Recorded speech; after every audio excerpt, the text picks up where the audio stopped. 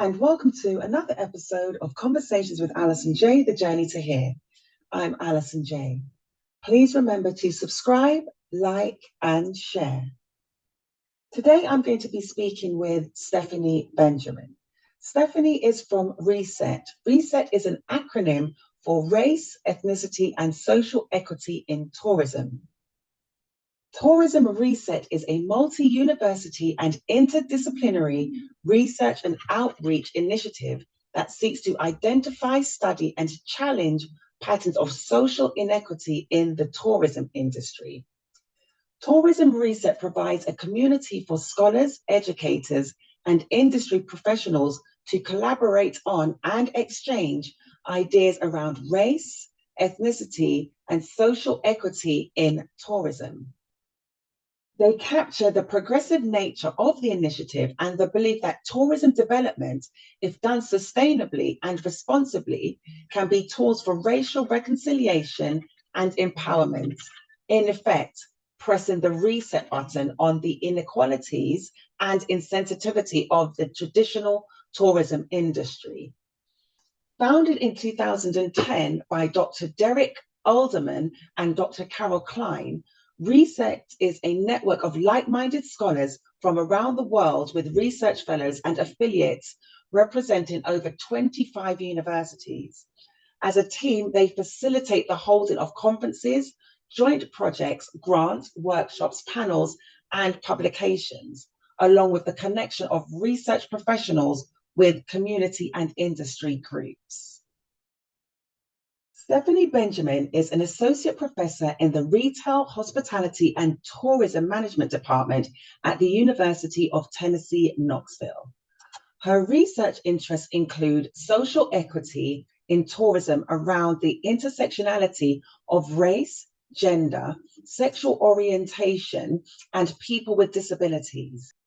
She also researches film-induced tourism, implements improvisational theatre games, and is a certified qualitative researcher exploring collective storytelling, duo ethnography, visual methodology, and social media analysis. Lastly, she serves as a faculty advisor on the Equity and Diversity Board for the Office of the Vice Chancellor for Diversity and Engagement at UTK. Her areas of expertise are race and whiteness studies, critical tourism studies, Black travel movement, people with disabilities in travel, solo women travel, enslavement, and heritage tourism. Stefanie, thank you so much for joining me here on Conversations with Alison J, The Journey to Here. Welcome. Good morning. How are you? Good morning. And thanks, for reaching out to us. We're always happy to talk about our research and tourism reset, and we're just excited when people are interested in what we do. Well, yes, because I can't tell the last time I've actually bought a physical magazine, and I subscribe online to Essence. So I saw the article, but prior to reading about yourselves and Reset and what you do, I saw the TikTok that somebody posted about a cabin that is being marketed as a slave cabin. Mm-hmm. And in my mind, it's one thing that it's marketed, right? I think the other side, that people were actually booking it. People were actually leaving reviews and saying how amazing an experience it was. And in my head, I'm thinking, are the dots not connecting? Are they kind of crossing over? Because why would you see something that's marketed as a slave cabin and then go and book it? Mm-hmm. Well, the I don't know if ironic is the best word for it, but the cabin itself was never for enslaved people, but it was just marketed as such. And so I think that brings an extra layer of of more cringiness to it, because they're marketing it as a former enslaved cabin. And in doing so, they're again, once again, and this is coming from our research and also my dissertation is focusing around romanticizing and glorifying plantations in the US. And I believe it was also in the TikTok or in the article, I can't remember which one, but and this is what I talk about with my students too. You wouldn't be doing this at a Holocaust concentration camp, right? And so why is it that in the US we're more comfortable or just comfortable marketing it and displaying such a cabin, whether it was or was not an enslaved person's cabin, but we're still marketing it and then people are still wanting to book it. Yeah. Exactly. And I like the fact that you say if it was a Holocaust camp, that wouldn't be done. And I see so many disparities in things like that. So, for example, I see how people behave towards Christianity, certain things that they do and say to the Bible, you wouldn't find them doing that to the Quran. Certain things that they say, even when it comes to anti-Semitism behavior, that people, Christianity and the Jewish faith, they're like easy targets. But some other religions, people wouldn't do that to, and it's the same thing. People wouldn't romanticize. People don't romanticize the Holocaust, but they do plantations and slavery. Having said that, I did watch a movie not so long ago. Gosh, I'm trying to remember it now, where this English professor, and I say professor, he was trying to say that the Holocaust didn't exist. And I'm trying to, there are people out there. Yeah, I know. I'll email you the movie. When you're just watching Netflix or something and the next thing just pops up. That's how I actually happened to come across it. And a professor from the US had to go over to England and in actually a lawsuit. Fortunately, he was discredited for trying to prove that the Holocaust didn't exist. But anyway, I digress. But it's so interesting to me how it's almost as though the Black experience doesn't mean anything. The trauma of what happened in Black history doesn't mean anything to people, and how it can just be, pardon the pun, but almost like whitewashed away and romanticized to the point where I've read things where people have said that Black people weren't slaves. They came over willingly. It's like, wait, what now? Yeah, I mean, so you bring up excellent points, right? And this is the difference between places like Germany and places like the US. So in Germany, it is illegal to have a Nazi flag or Nazi memorabilia. But in the US, as you may know, there's Confederate flags almost all over the place, right? And it's because we have certain people who have made it their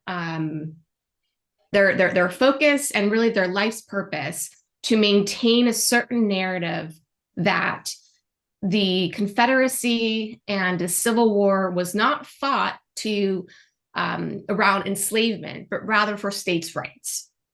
And so with that narrative, it's also been drawn and pushed into our US history books, K through 12, which is what my dissertation explored. How is it that we as a country are retelling the history of the US? And spoiler alert, not well. And, we have words in our history books where instead of saying an enslaved person, we say a servant. Or instead of saying, they were raped or killed, murdered, right? These are the things that happened on the plantation site. That they were treated well. They were treated like family. Regardless of whether that, the treatment of having enslaved people be part of our family, they were still enslaved people, right? They were still owned by other human beings. Exactly, because as a member of the family, if I want to get up and leave whenever I choose to get up and leave, obviously once I'm over 18, I can do so. Correct. These people had no choice. They didn't willingly, voluntarily leave their homes, be separated from their family. Some of them, from what you read in history, had their nursing babies literally ripped away from their breasts. Nobody go and do that because, oh my gosh, I would just want to join this family that I've never met before and be part of their family. It just makes no sense. Right. But, again, here in the US, you have the Daughters of the Confederacy, you have the Tea Party, you have certain groups in place that have made it their life's purpose to really ensure that this glorified narrative of America remains. And that's still what's being taught in a lot of our K through 12 public schools. And it's also what's been passed down through generations. And so you have this divide of our history. And the reality of it is that it actually occurred. It happened. It was traumatic. It was toxic. It was people being murdered, enslaved, raped. This is not an easy or comfortable history to talk about and to understand and to digest. But we have to have these conversations. We have to talk about the realities of it. And then for a cabin, whether it was for enslaved people or not, being marketed as such is just such an outrage. One, and two, it's marketed as a beautiful, respite, which is just it's disgusting. It's depressing, and it's another nod to our capitalistic nature of how do we profit once again off of Black trauma. And this is another beautiful example of our industry and for folks profiting once again off of Black trauma. And I'm glad you made reference to the fact that, because I did my own research, I didn't just read the article, I did look and dig a bit deeper into the fact that, yes, it was never a slave cabin. And so that actually blows my mind even more, that somebody thought that was a good marketing idea to say, you know what, slave, yes, people are going to love this. And the sad part about it is some people did, because I'm going to read some of the reviews, described it as historic, elegant, delightful, and cool. Now, in my mind, if I saw that, I've used Airbnbs before now.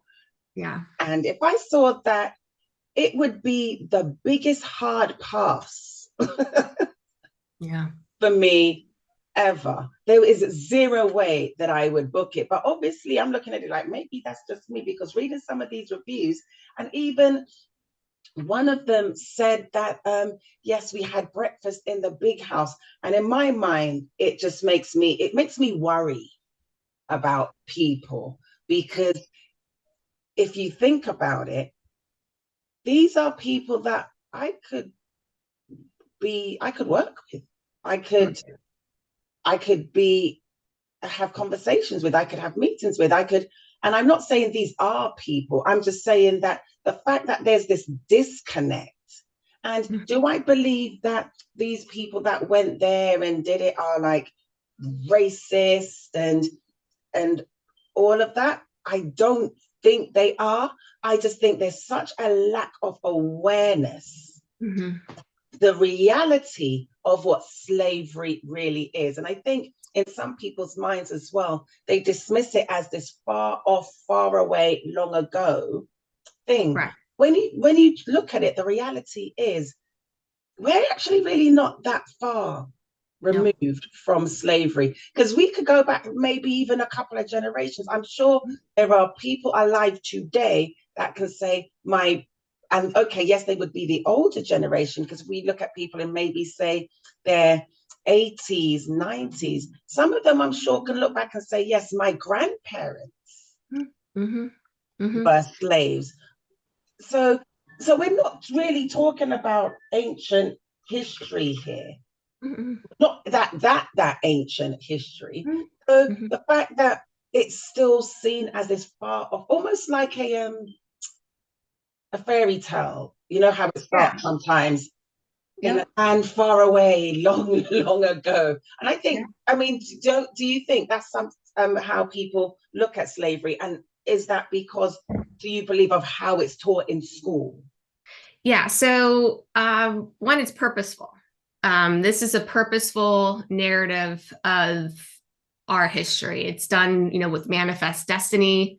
It's our God-given right to go out west and to conquer the land. Meanwhile, we have our indigenous people already existing on this land. And once again, that the narrative that is taught in our schools and also at heritage tourism sites is once again this romanticized version of who we are as America. Mm. And this also goes into enslavement, and this not only within our school system, but also within media and pop culture. We have movies and television shows like Gone with the Wind is still, I think it's like the number one. I can't remember the ranking of it, but it's this constant image of hoop skirts and magnolia trees and this southern hospitality, and the reality is, yes, that was part of it, but they were enslaved people, correct. The majority of our country was built by enslaved people. But we're still not telling that. Because if we were to tell our history the way that it was actually happened, we wouldn't be so proud of it, right? And so I think a lot of us don't necessarily want to think about it, because for a lot of us, like myself, who was racialized as white, we don't have to think about it. And so it makes us feel uncomfortable to discuss the history of what, whether it was my ancestors or not who were, enslaved people. And that's the other conversation that gets passed down is, those weren't my ancestors who enslaved people, therefore it's not my fault. But you bring up another good point before where it's like, we're not necessarily saying that you specifically are racist. It's the institution and the system in which we're built, or which we're working and living within. And it is ingrained in our culture and our DNA that our country was built on racism, right? Yeah. And I mean, the majority of our forefathers who wrote our Constitution owned enslaved people. And so these are conversations that are slowly starting to happen. And I'll give it a Generation Z. I mean, they are on TikTok. They are telling, the reality of our country. And so unless I don't have complete faith in our K-12 system, because we also have laws and policies in place, like in my own state in Tennessee, where around critical race theory, and critical race theory is seen as this boogeyman, and it's not. It's a theory that was created and founded in legal studies back in the 1970s. And it is a theoretical framework that essentially says that our country is, ingrained and founded within racism and racist ideologies, and the power structure that continues to place certain people at the bottom, right? And this isn't taught in K through 12. This is taught primarily in graduate programs. I mean, I took a critical race theory class for my PhD. It's not something that's seen even in undergrad. But because we have an incredible way to spin and market and retell certain versions, that when you hear critical race theory, is like, ooh, what is that about? That I don't want my kids hearing about that. But the reality of it is just talking about the history of our country, the reality of our country. And it's not pretty, but guess what? The majority of our histories and throughout the world is not pretty either. But it happened, and we need to continue to discuss it so we can better understand why we are the way that we are today. Yes. And there were laws and policies that were in place that continue to be passed down and perpetuate the system. And it's interesting that you mentioned that critical race theory first came about in the 1970s. Now, Mhm. many of us never heard of it until maybe, say, just a few years ago. Yeah, so it was Kimberly Crenshaw who it was founded like with Derek Bell. Those are the scholars back in legal studies, and they first well initiated it to talk about the lack of Black representation within legal studies in general, Mhm. and then what continued on with that is that I think it was about the 90s, don't quote me, 80s, 90s, I'm not exactly sure. But Kimberly Crenshaw, who is another legal study scholar, excuse me, coined the phrase intersectionality. And so once that happened, that started to kind of bring up more attention around critical race theory and intersectionality. And then it wasn't until, the recent, was it with Trump? I can't remember the exact date. I could look it up because I wrote a paper just about it. I can't remember offhand, but it was again a marketing ploy to really dissuade. I don't know if dissuade is the right word, but to share. Well, this is what's being taught in our school system, and so Mm. therefore, our students, specifically white kids, are being taught that they are bad, that they are, that we as white people are responsible for enslavement. And that doesn't make me feel good. And my white kid's going to Mm. come home and say, my teacher said that I'm not a good person because of what happened in our history. And it's not, again, the individual, it's the Mhm. system. Yeah. But we can't wrap our heads around that. Mhm. And we also can talk about those who were fighting against slavery, Mhm. right? But we don't necessarily have those conversations either. Um,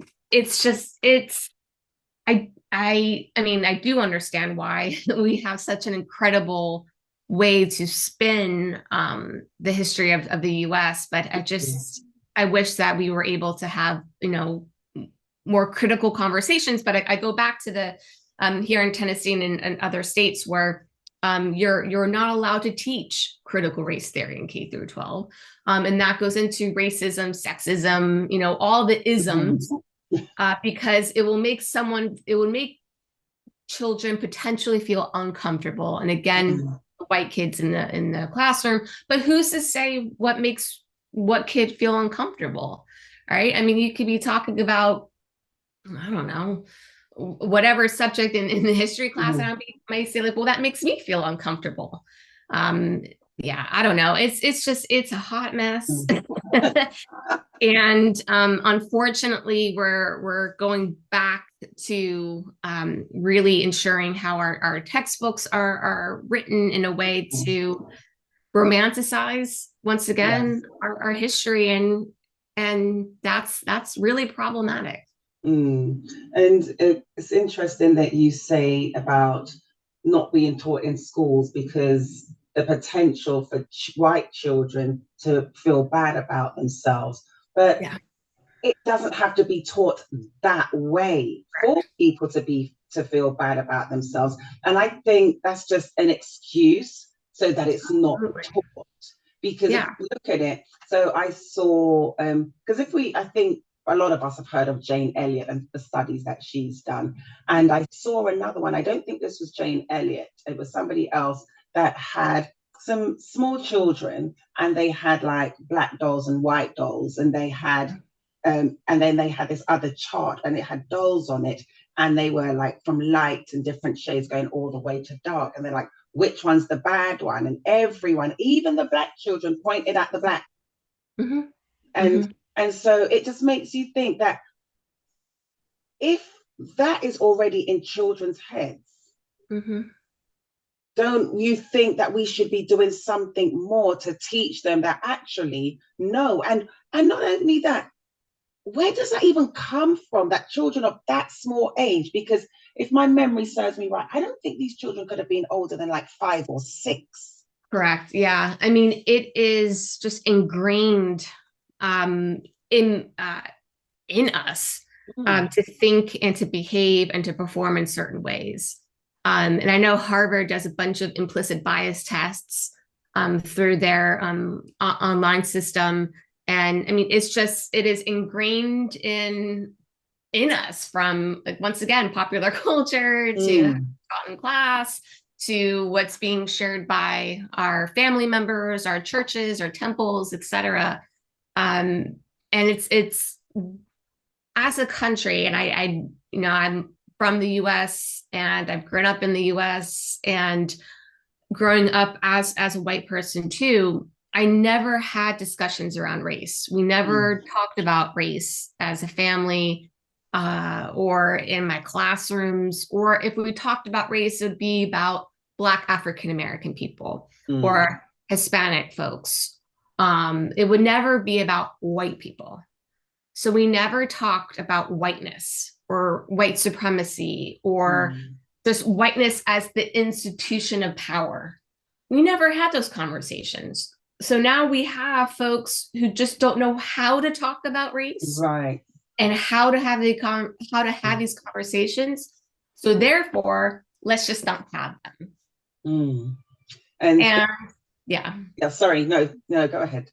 No, and that's why we're at and we continue to be in the places that we are, because we're told it's not polite to talk about race. It's not polite. And so that goes under the tenet of critical race theory around color blindness. It's like, well, don't point out the Black person in the corner. They're just a person. It's like, that's beautiful if we are in a place where we are all equal, right? That's gorgeous. However, we're not there. And if I don't see your race and I don't see you as a person either, or the challenges that you face as a Black person in this country. I don't see color. It's like, wait, what? Sorry, huh? Yeah, because again, that's How taught as but that's taught as a polite thing to do. And there's this new documentary. It's from Canada, and I'm trying to watch the whole thing, but I can't find ways to watch it. But it's called Deconstructing Karen. And yeah, and Karen's take some tea. Yeah, have some tea. And Karen's the term that's been thrown around for the past couple of years for specifically white women who call the police on Black people for simply existing. We saw this with bird watching. We've seen this with barbecues. And so there are these three women, one who identifies as Black, one who's white, and the other one, I believe she's Indian. And they have a conversation with, I think they're about like 10 white women at a dinner table around race. And I can send you just like what I found thus far with the short video, the clip of it. But I love it, and because white liberal women, we are the worst. We are the worst. That laugh was supposed to only be in my head. I'm so sorry. No, we are the worst. Yes, we are the worst. But the intent and impact, right? Like our intention is good, but the impact is not so good. Sorry. I'm laughing not because it's funny, but no, it's true. It is true. Laugh was like a very hearty laugh also. Yeah. Yes, having come across my fair share. I recall a former colleague of mine. I would share with him some of the things that have been said to me. And some of these things have been said to me by people I work with. And the only thing that he can think to say was, it blows my mind, some of the ish people say to you. And I'm like, yeah. And I don't know if it's a case of, I'm not okay with it, don't get me wrong, but I think I'm at the stage where I'm just too tired to talk about it. I'm just tired, like very recently. And when I say very recently, I want to say within the last 4 weeks, I just out of the blue with somebody I would work with, and they just came out and says, I hate being white. Me and my children, we hate being white. We wish we were Black. Black women are the strongest. And I just say, whoa, stop it right there. I said, don't you think we're tired? we're not strong because we had a choice and went to the gym and or to build up like physical muscles. We're not strong because we've made a conscious decision to be a certain way. We don't have a choice. Right. We don't have a choice. And I thought the fact that she felt comfortable enough to say that to me, now, would she say that to an Asian person? Mm-hmm. Would Mm-hmm. she say that to somebody that's of Hispanic descent? And it's just so to your point about the deconstructing Karen, it's just it amazes me that how I still think to this day, and we're in 2022, that a large part we're still not seen as people. Why was that okay to say to me? Mm-hmm. That like, huh?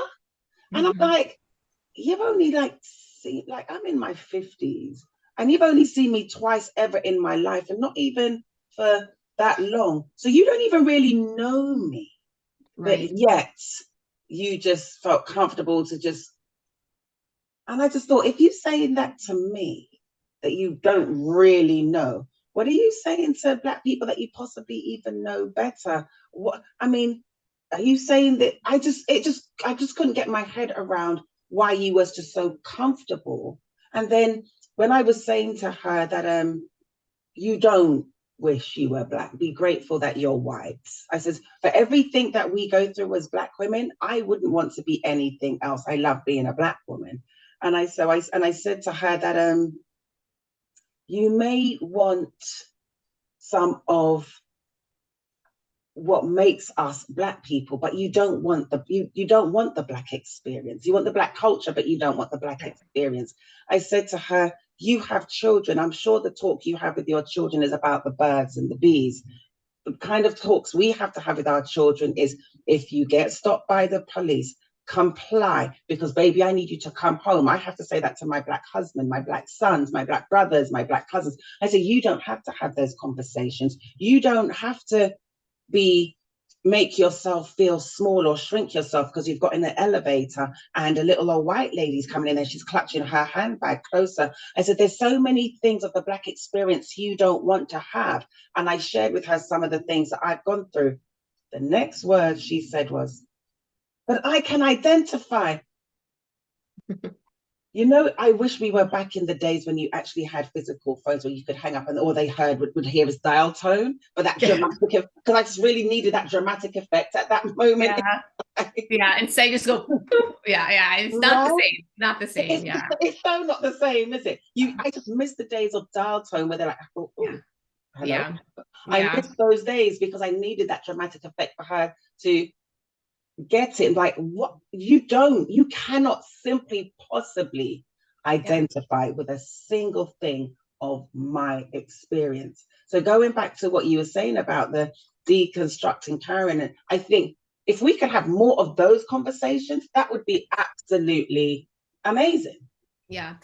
And in the piece that I saw about deconstructing Karen, the Black hostess, the woman there, she asked the white women, who here would change places with me, like, or who here would be like, if they had the choice to be a Black person, and none of them raised their hands, right? And so it goes back to exactly what you're saying, but yet white people, and to the likes of those like the Kardashians, are stealing Black culture, are appropriating that for their own financial or to be popular kind of components in that space.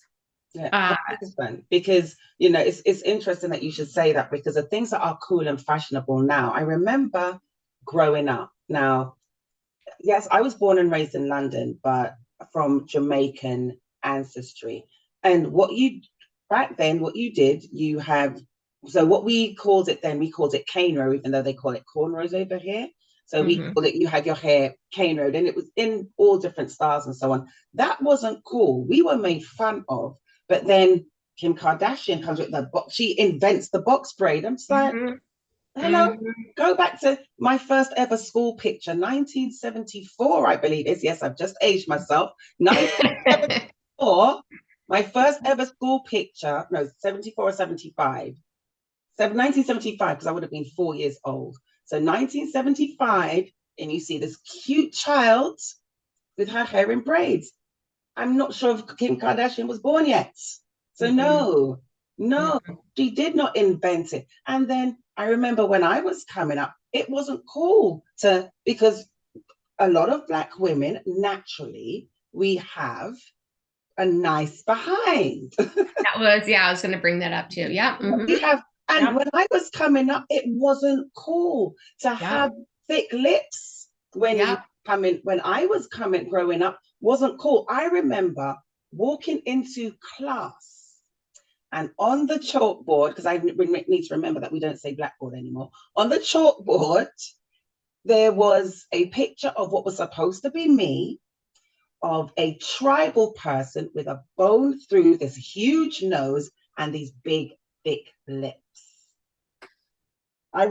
Yes, I went through that in London, England, when I was Yeah. going to school. So now when I'm seeing or what's and it blows my mind what some of these people have done to their faces. Look at what's her name, Meg Ryan, how she just messed up her face trying to get these lips. You know how Kim Kardashian and Chloe and all of them, how now it's cool because they've got these huge behinds.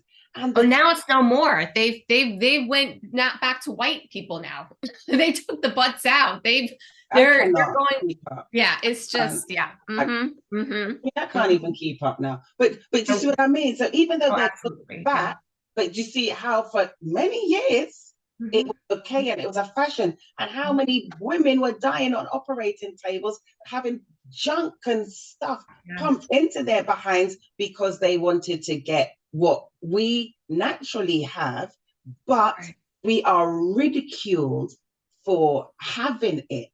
And it's just like, oh, so it's not okay on us naturally, but it's okay on a white woman who's gone under the knife to get it. Oh, okay, that makes so much sense.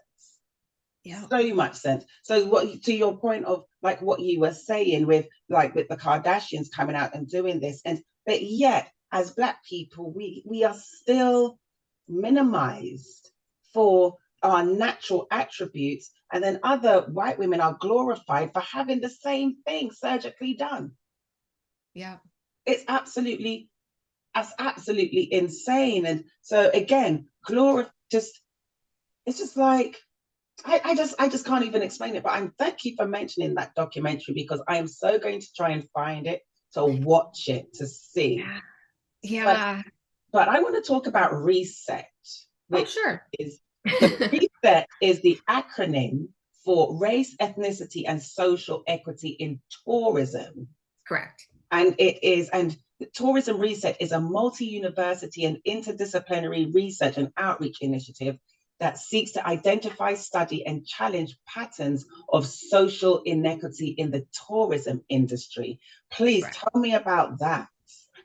Yeah, so Tourism Reset was founded by Doctors Derek Alderman and Carol Klein back in 2010. And we're a group of both academics and folks within the industry working together to really create an equitable landscape within travel and tourism.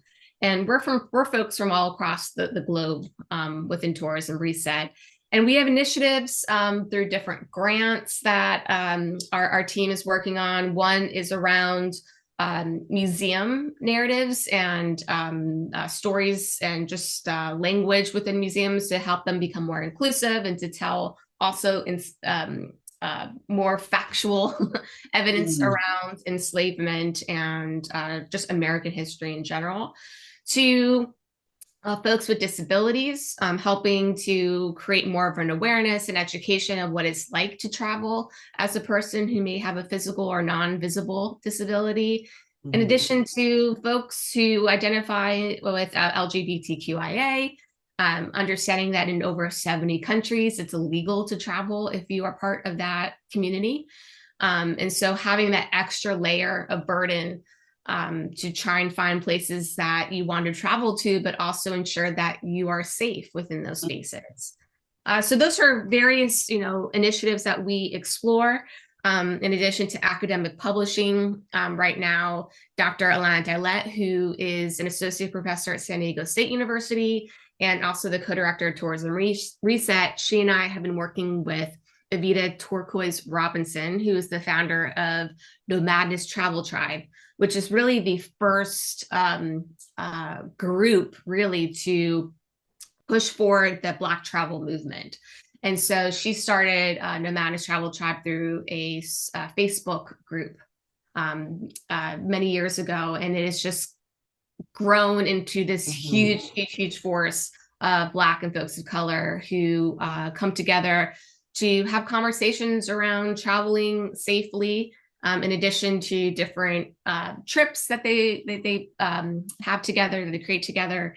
And we just had Nomadness Festival, which was in Newark, New Jersey, with different panelists and different, there's a barbecue there as well. So we've been working with her and teaming up with her and created a large survey that went out to over about 5,000 participants to better understand how Black and folks of color are traveling and their travel preferences, in addition to some interviews. So we've been working with her for the past couple of years, and it's been exceptional to really help destination marketing organizations and other industry partners to become more aware and to help them become more inclusive within their marketing and advertising, in addition to their makeup of their own businesses. Wow, that's so there's a lot going on. Yeah, there is, and it sounds all very interesting, and it's one of those things there. If I never saw that article, I would never know that there are studies such as yourselves and initiatives as such as what you're doing. So I think we need to really work to get the word out that there are initiatives like this, and so people that are struggling, that have issues when they're traveling and so on, know that they can get help. Because so what led you to this area of expertise? Because it's not like it's your run-of-the-mill kind of work. Yeah, it really started during more so my PhD. So I did my PhD at the University of South Carolina in the Foundations of Inquiry of Education. And I was doing some field work out in Eastern North Carolina over the summer. And there was a Heritage Days festival that was happening at one of the plantation sites. And one of my colleagues there, she's like, "You want to come along?" I'm like, "Sure." And so I went, and there's a performance there called Let Them Be Heard, which was a play with various actors from North Carolina who were embodying former enslaved people. And these were narratives that came from the slave project. Oh my gosh, I'm completely butchering my dissertation. The Slave Narrative Project, I believe that was what it was called. My bad. But it came from during the Depression. Different folks went to go interview either descendants of enslaved people or former enslaved people in general to get their oral histories of what it was like to be living and on a plantation.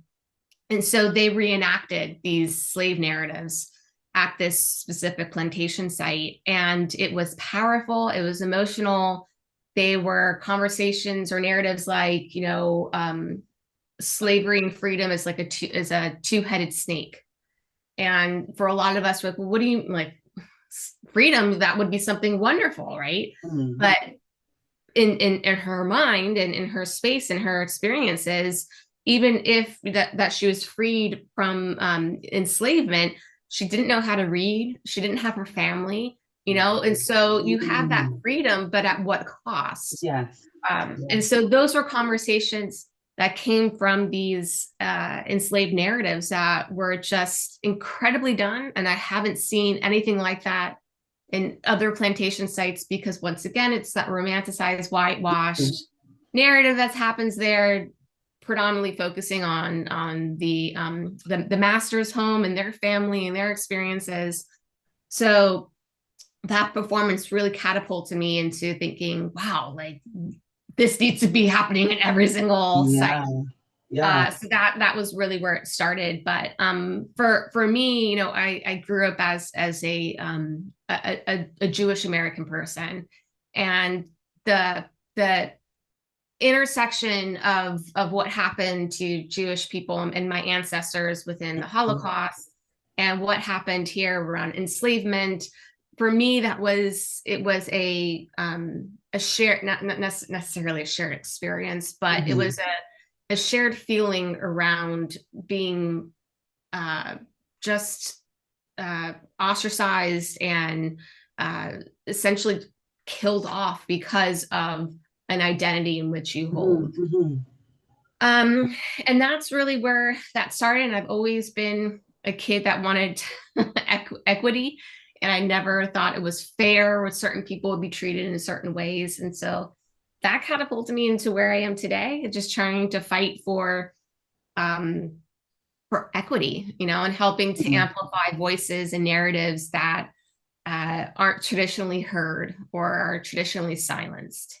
And that's what I try to do in the classroom, and bring these stories to the forefront, and using the privileges which I have to Mhm. help that move forward.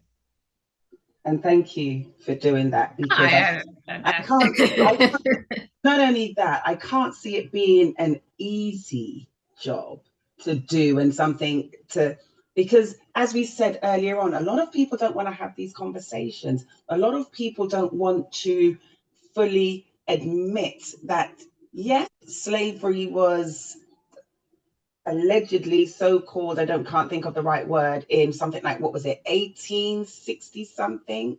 I'm yeah, trying to remember my American history because I did that. So even though I didn't go to school here, there's some parts of American history that we were taught. And so say it was supposed to be abolished with Abraham Lincoln in 1863, 5 or right, whatever, right. right? The Emancipation Proclamation. Yeah. Right. And so, but yet the reality is some of the laws and things like that that still exist today. Oh, absolutely, So absolutely. hence me saying it can't be easy conversations to have. It can't be easy work to do to make your voice heard, because, as we said earlier, people don't really want to hear it.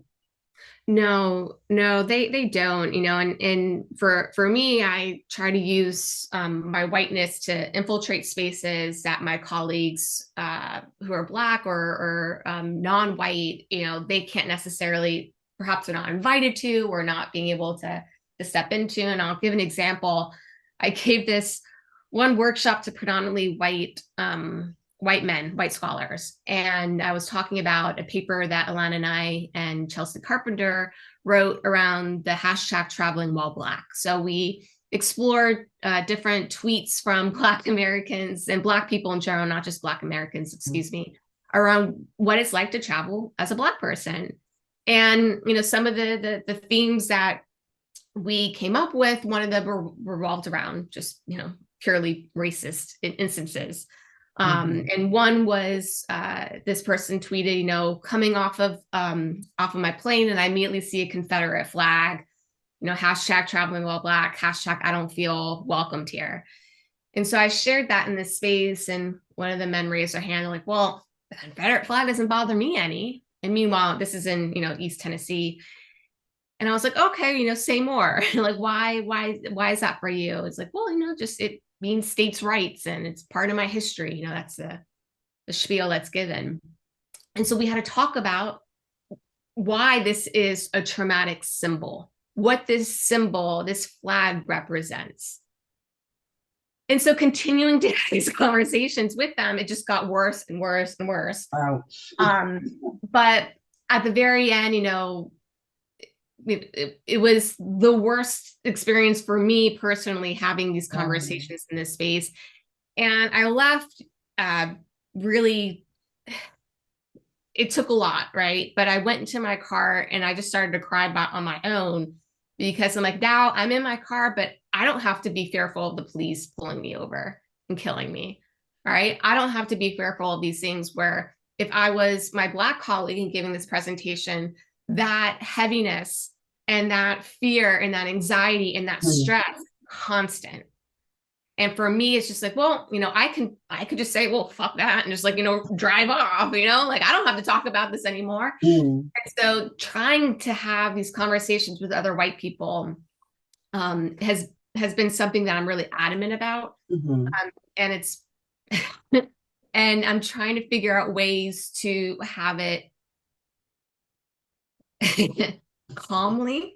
Yes. It But can, it can get heated, and not just heated, it can also get emotional as well. yes. And And then I, you have white women's tears. And you yeah, have, and then you're consoling the white woman, right? And you're making sure that they feel comfortable. And it's like, and so I always refer back to James Baldwin. It's like, how much more time do we need for your progress? and And so you saying that reminded me of, and the only way that I can kind of put it so that people can understand what that looks and feels like is, have you ever gone to the home of somebody that's going through a bereavement, Mhm. right? Mhm. And somebody turns up to offer their condolences, and they're boo-hooing, crying hysterically, and the poor bereaved person has to comfort them. Yeah. Like, hello. Yeah. Other way round, should it not be? Yeah. Hi. And that's so what you're saying there, that's what it reminds me of. And I've seen it time and time again. I remember going to the home of somebody that lost their son in their early 20s.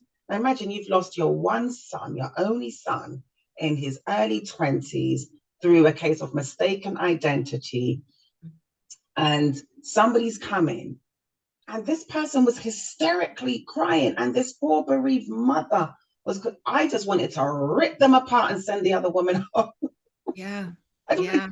just, can you please go home and pull yourself together, for goodness sake? That's Yeah. literally what I wanted to say to her. And then, and the bereaved mother was so gracious in how she was consoling and comforting this woman. And in my head, I'm like, you're a better woman than me, because I would have Yeah. probably said, you know what, I don't have time right now. Please get yourself together. Once you've gotten yourself together, by all means, then come back. I just thought she was so much more gracious than I think I could have been in that moment. So you saying that, to me, that's the only thing I can say would be the most helpful example to what that feels like. We're talking to you about our trauma, our lived experiences, and you're crying and you're Correct. emotional. It's And just this like goes back to the history of the US, right? I mean, protecting at all costs white women. Emmett Till. I was just about to say that exactly with Emmett Till, right? And so white women, when I say that liberal were the worst, because again, not necessarily individually as white women, but as a whole, we still benefit from the system of white supremacy. Mm-hmm. And specifically for in heterosexual relationships, I'm benefiting. And if I'm with a white man, I'm benefiting from him as well, right? And so a lot of white women don't necessarily want to lose that. And who wants to lose the right? I was just about to right? say, why would they? And it all goes back, yeah, and it goes back to power, and it goes back to privilege, and the dominant systems that are in place in the US have been white, Christian, heterosexual, right, non-disabled ideologies and identities. And that's why we're seeing this fear of losing those powers. And that's what we're seeing today. Yeah, that's because actually lovely. I like how you put that. Thank you. Yeah, because it's our demographics are changing drastically. Yes. And this is a fear of, well, we can't let that group take power, or they're trying to change our America and make America great again. It's like, well, huh? No, America was never done. But yeah, that's a whole other side story. But there are parts of it that are fantastic and wonderful and beautiful. But we still, I love James Baldwin, and going back to him, like, as much as we love America, we still have the ability and honor to critique her. Yes. Because we need for her to be better. Exactly. And what you going back to what we were saying in the beginning about the article and plantations being glamorized by, and I remember seeing, and I kind of respect them for it, when they host weddings and events. Oh yeah. And it was is it Ryan Reynolds and Blake Lively? They Yep. had their wedding at a Yep. plantation. But when, and you know, people can do things in ignorance, but I think it's more the case of, I respect that once it was brought to their awareness, they Yeah. were mortified, and then they made a donation. I believe it was to, what was it, to the NAACP, because it was just like, you know what, we didn't even think about that. And I think that's where the issue is, isn't it, though? It's because of how they've always been glamorized, gone with the wind, as you mentioned. Then it's, until we speak about it, until we bring that awareness, it will always be that way, because it's history. There's the big house, the plantation, and you wrote a paper that states the tourism industry continues to perpetuate a landscape steeped in systemic racism. And do you believe that it's perpetuated because of things like plantations being glamorized? Yeah, no, absolutely. And, Tourism Reset, we've done a lot of work around plantations in general. And it's incredibly complex, because when you think of weddings and events, that's how these plantation sites make their money. Because a lot of them aren't funded well, and so they have to look for external things to fund their existence. But then you have places like the Whitney plantation out of New Orleans that will not have any type of weddings or events there. And their entire, I think it's like 99% of their tour revolves around enslaved people's experiences. So it's completely against the normative traditional tours that are had at plantation sites. But there's unfortunately, we continue to our industry is still very housed within systemic racism. It's not only within our marketing and our representation. Martinique Lewis, the Black Travel Alliance, she does an excellent job in terms of having a diversity card, right? And she's just exceptional. She also created and wrote the ABC Green Travel book. So it's a new green book for Black and folks of color to travel safely.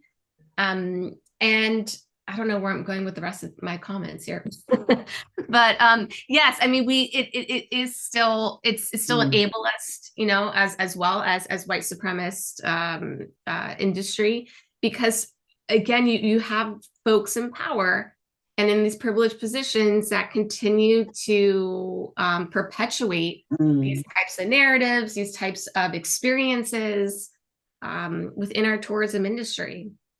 And what is, I think, really fascinating is that, especially at plantation sites, they're starting to, they were having a push to change narratives within plantation sites because of German tourists that were coming there. Because in Germany, they're taught about American history in a way that we're not taught American history. Wow. And so they would come to plantation sites and be like, why aren't you talking about enslaved people? Where is that here? And so kind of that push was one of the components around trying to have a more inclusive narrative at some of these plantation sites. And we're seeing more and more people and potential tourists and visitors wanting that narrative. They want the truthful, authentic. Yeah, and thanks to Gen, again, I bring up Gen Z and millennials, like we're trying to push that. And that's why I tell my students, I said, be that person in the tour that's asking the critical questions. Those hard questions, right? Yeah. So I've seen that from your website. I saw that you interviewed Black travel movement leaders who have stated that discrimination, bias, racism, inequities they're ubiquitous. And it's one of those things where you look at it, and the toxic touristic experience and landscapes of Black people and people of color. It's like, so how did they determine that? Is it something that how was that research done? Because it would be interesting to know, because the thing that I think the reason I'm asking this question is I don't want people to just think that, oh, two Black people went out and they had a bad experience and now they're coming back and painted this picture. How was this determined? How did you guys come up with and realize that, no, this discrimination, bias, racism, and inequities are ubiquitous? I mean, ubiquitous meaning, seen everywhere. Yeah. And continues to create inhospitable and toxic touristic experiences for Black people and people of color. So I don't want it to be a thing where, like I said, just a few of us went out, had a bad experience at a Holiday Inn, and came back and said this. Yeah, so our research, we've done a bunch of different avenues to this. One was our Twitter. So we analyzed tweets with the hashtag traveling while Black. And one of the themes too that came out of that was around incredible experiences traveling abroad, right? So not all of it is painted in this negative, awful, racist component there. But again, it's a system that is at play. And we've interviewed very numerous Black folks within the travel and tourism movement, the Black travel movement specifically, and listened to their experiences. That, coupled with our own lived experiences going to travel conferences, to academic conferences, to our workshops within the community, and hearing and seeing and trying to have this dialogue around race and racism. And the conversations that came out of those were typically one-sided, right? And majority of the audiences that we had these conversations with who were white didn't see a problem because they're white. They don't have to see a problem. No one's asking them when they're waiting to go into their first class plane ride, excuse me, do you belong here? Where that's the conversation that the folks that we interviewed who are Black said they get all the time. Yeah, so funny you say that. This actually happened to me this month. So I was traveling. I was at the airport, and because I have certain status on an airline, I'm in an early group. And so, and you know what it's like, people from the other groups start coming up, and they notice people from the other groups are coming up. So I'm standing there to go in through the priority lane to go in, and there were 3 sets of white people in front of me.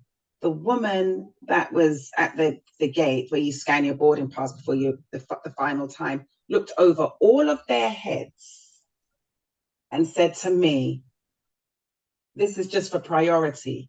And I said, "Yes, I know." And this was just within the last couple of weeks. So as you say that, and in my head, I'm just like, why did you not ask? Because it was, I think it was like 3 couples. I'm like, why did you not ask these 6 people anything? Why are you looking over their heads and then directly at me to tell me this is priority? Because they had to keep saying, we're still only boarding priority groups 1 and 2. So, and I'm just like, you know how hard I've had to, and how many times I've had to fly to get this status that I have. Like, hello. And so I just thought that was very interesting. And I'm just thinking, wow, okay, that's interesting. And I didn't say anything because in my head, it's like, there was literally 0 point in saying anything, but it didn't go unnoticed. Yep. And so these are the exact conversations that we have with folks that we've interviewed in different focus groups that we've held as well. And these are the same comments that are coming out. These are the same experiences that are coming out. And so with a lot of our white audiences, they're like, oh, well, that can't be true. And so that's the frustrating part, and that's the exhaustion And that's what I share too, because being white and having these or leading these types of workshops, I get a lot, well, you're white, this should be for Black people to host these types of workshops. Who's going to listen? Yeah. It's in my mind, I think the moment I start to speak about color, I see the glazed over look, the eyes rolling look, the whole body language and posture changes, the slumped in the seat now, like this. Nobody, so I hear what people are saying, yeah, this should be Black people and people of color having these conversations, but it's not received well when we have these conversations. I don't think, to be honest, because I think they're going to just think, oh, well, you're just nitpicking, or you want to see a problem, or, all that narrative that surrounds it. So I think it's not people of color having these conversations. Hopefully that means people will pay more attention to it, especially if somebody can say, because I can just imagine if I was traveling with someone and they saw it, then it would be like they would say something to me or make a comment, or hopefully they would notice, because they may be just as oblivious, to be honest. And I don't want to always be that person like, oh, did you see that disparity in treatment? Oh, did you see that? Oh, because then it just makes me look like I'm a person always looking for the issue. And you're playing the race card. And I had a conversation very recently because I mentioned something about a disparity in treatment. The person automatically thought I was talking about race. I actually wasn't. I actually was not talking about race in that instance, but they automatically assumed because I mentioned a disparity in treatment, that's where I was going. And it actually wasn't at all. And it was just interesting how this whole thing blew up. And then because I remember I said to them, I says, listen, in this kind of situation, I am the last person that will ever come and talk to you about race. I don't do it. Can you give me one moment? Someone's at my door. Sure. But I promise, because I have another example I want to share with you. So just give me 1 second. Sure.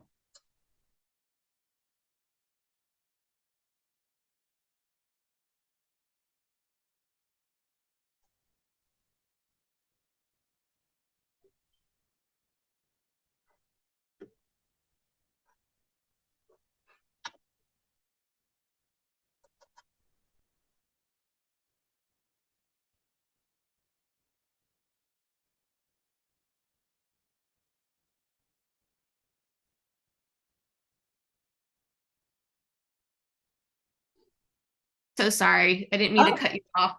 Someone's at my door. No, don't apologize. But you bring up excellent points.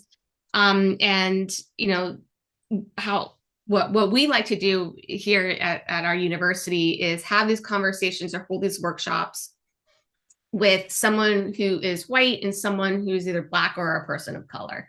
So you're coming kind of together in that space. But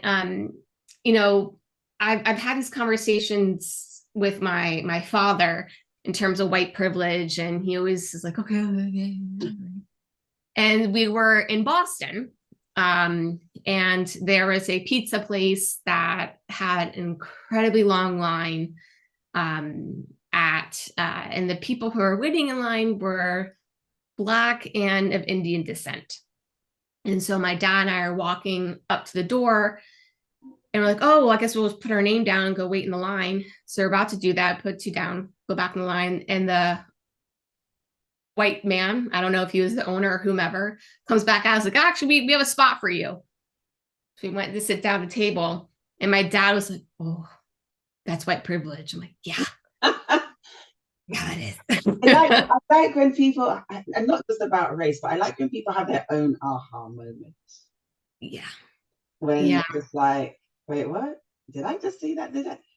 When the reality hits and sinks. And I think, and I'm hoping, did that give your dad a better appreciation for your work? Oh yeah, yeah. And he's been more of a, trying to have these conversations with his students as well. So like I will give him full credit for that. I'm very happy. But whenever I talk really with everything I talk about, I always bring up race. He's like, not everything has to be around race. I'm like, everything is around race, Dad. Like, I'm sorry, but it just is. That's just, where we're at. Mm, But going back to your main question, yeah. So that's what we do with Reset. And mhm, a lot of our within our research, these are just the conversations that we have with folks. And if we can interview every single person out there, that'd be one thing, but we can't and we haven't. But mm, from the conversations in which we've had, the experiences which we've had, the research and data in which we pull, like these are the unfortunate truths. mm. Um, It and is. yeah, and there are some beautiful, wonderful conversations that come out of it as well. Mm, But from the talks that we've had with predominantly this not too long ago with Black influencers within the travel movement, they shared that they feel more persecuted and feel less safe coming into the US than other places in which they're traveling. and Um, I can see that because I'm, like I said, I was born in London, raised in London.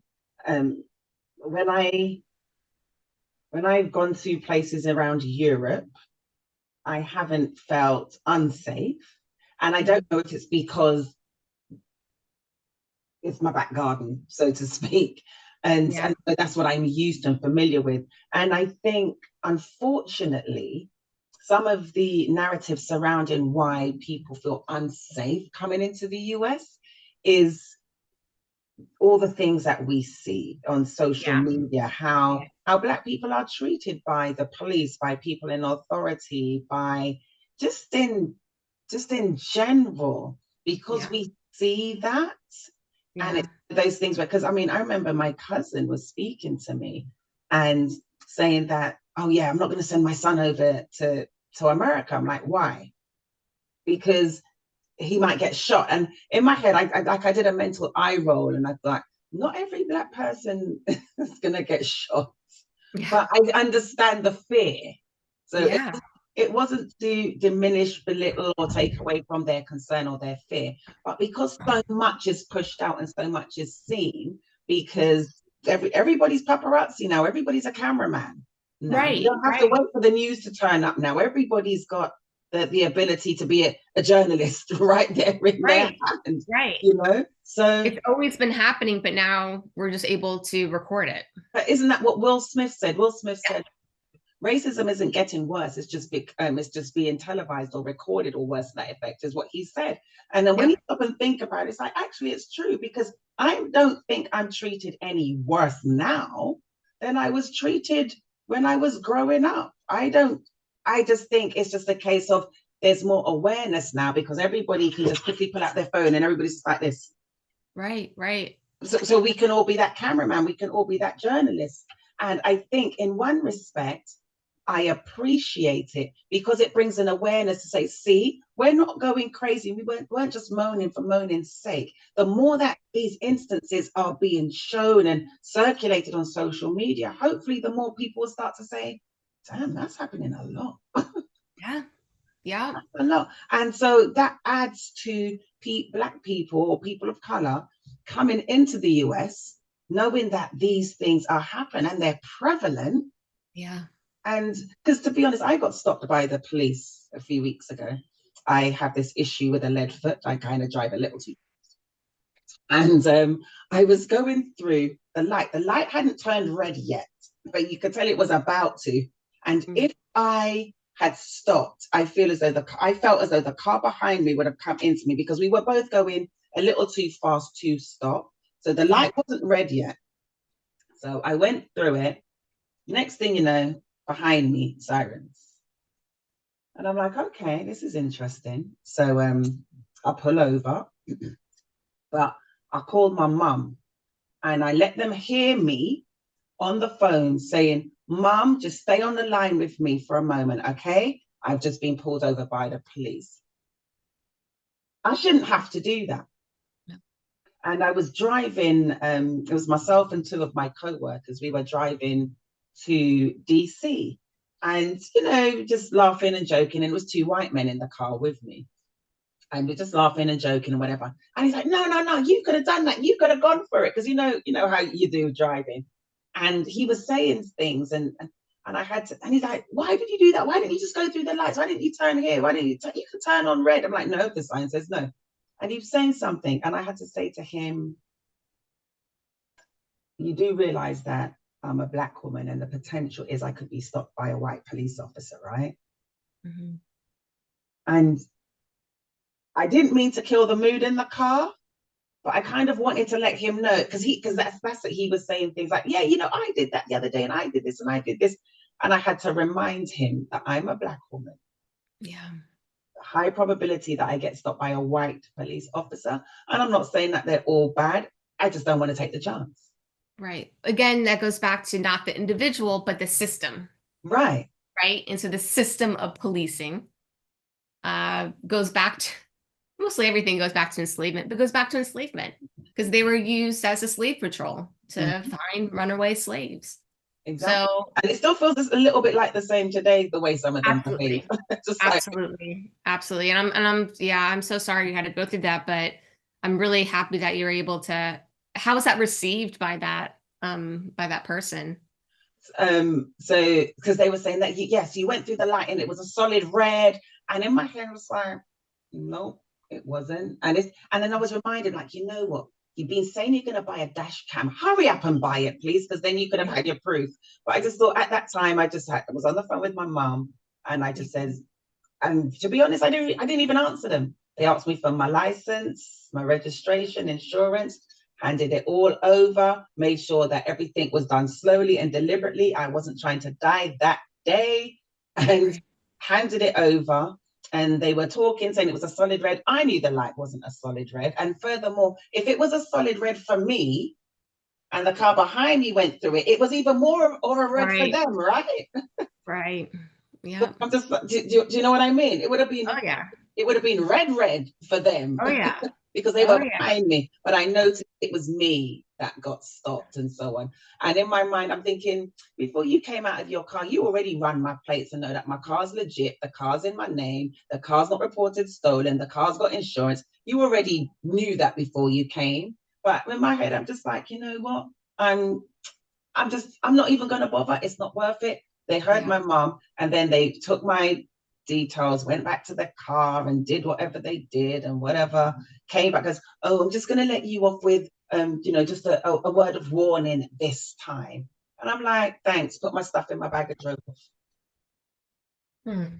And that was the end of it. And I was just like, and in my head, it was again the thing of, it was a solid red for me, and a car behind me went through it as well. I got stopped because just curious. But again, I pick my battles, and there's some hills I'm not prepared to die on. Yeah.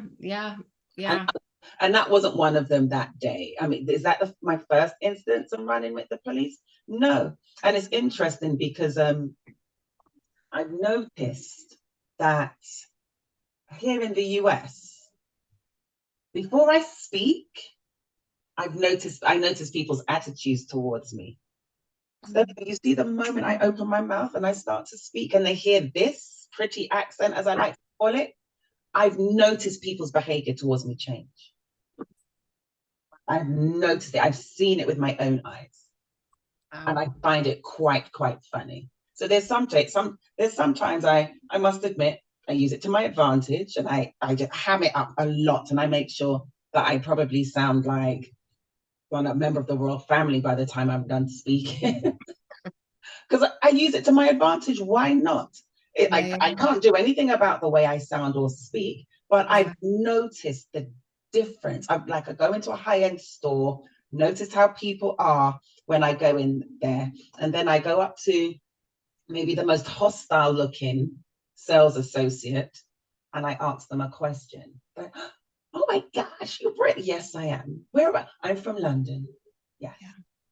And then the conversation starts, and the behavior is automatically different and changed. So if I can see that, and that's just my accent, I wonder how your dad felt seeing that. Yeah. So Yeah. it's quite interesting. But so yeah, but I also wanted to ask you, collectively, as Joe Public, what can we do to help make changes in the tourism industry? Ooh. Continue to have conversations like this. Building relationships, I think, is really the easiest first step. Because once you have built rapport with people and relationships with people, you're able to better believe and Mm-hmm. better understand lived experiences. Mm-hmm. One, two, for the white folks out there, there are tons of great resources out there for us to read, to digest, to better understand. I'm happy to send you. I have a list of different resources. One, and I'm trying to look at it now. So the Racialized Handbook, and I might be at my office, but Yes, that's please send them to me and I'll put them yeah, in the description for this yeah. video.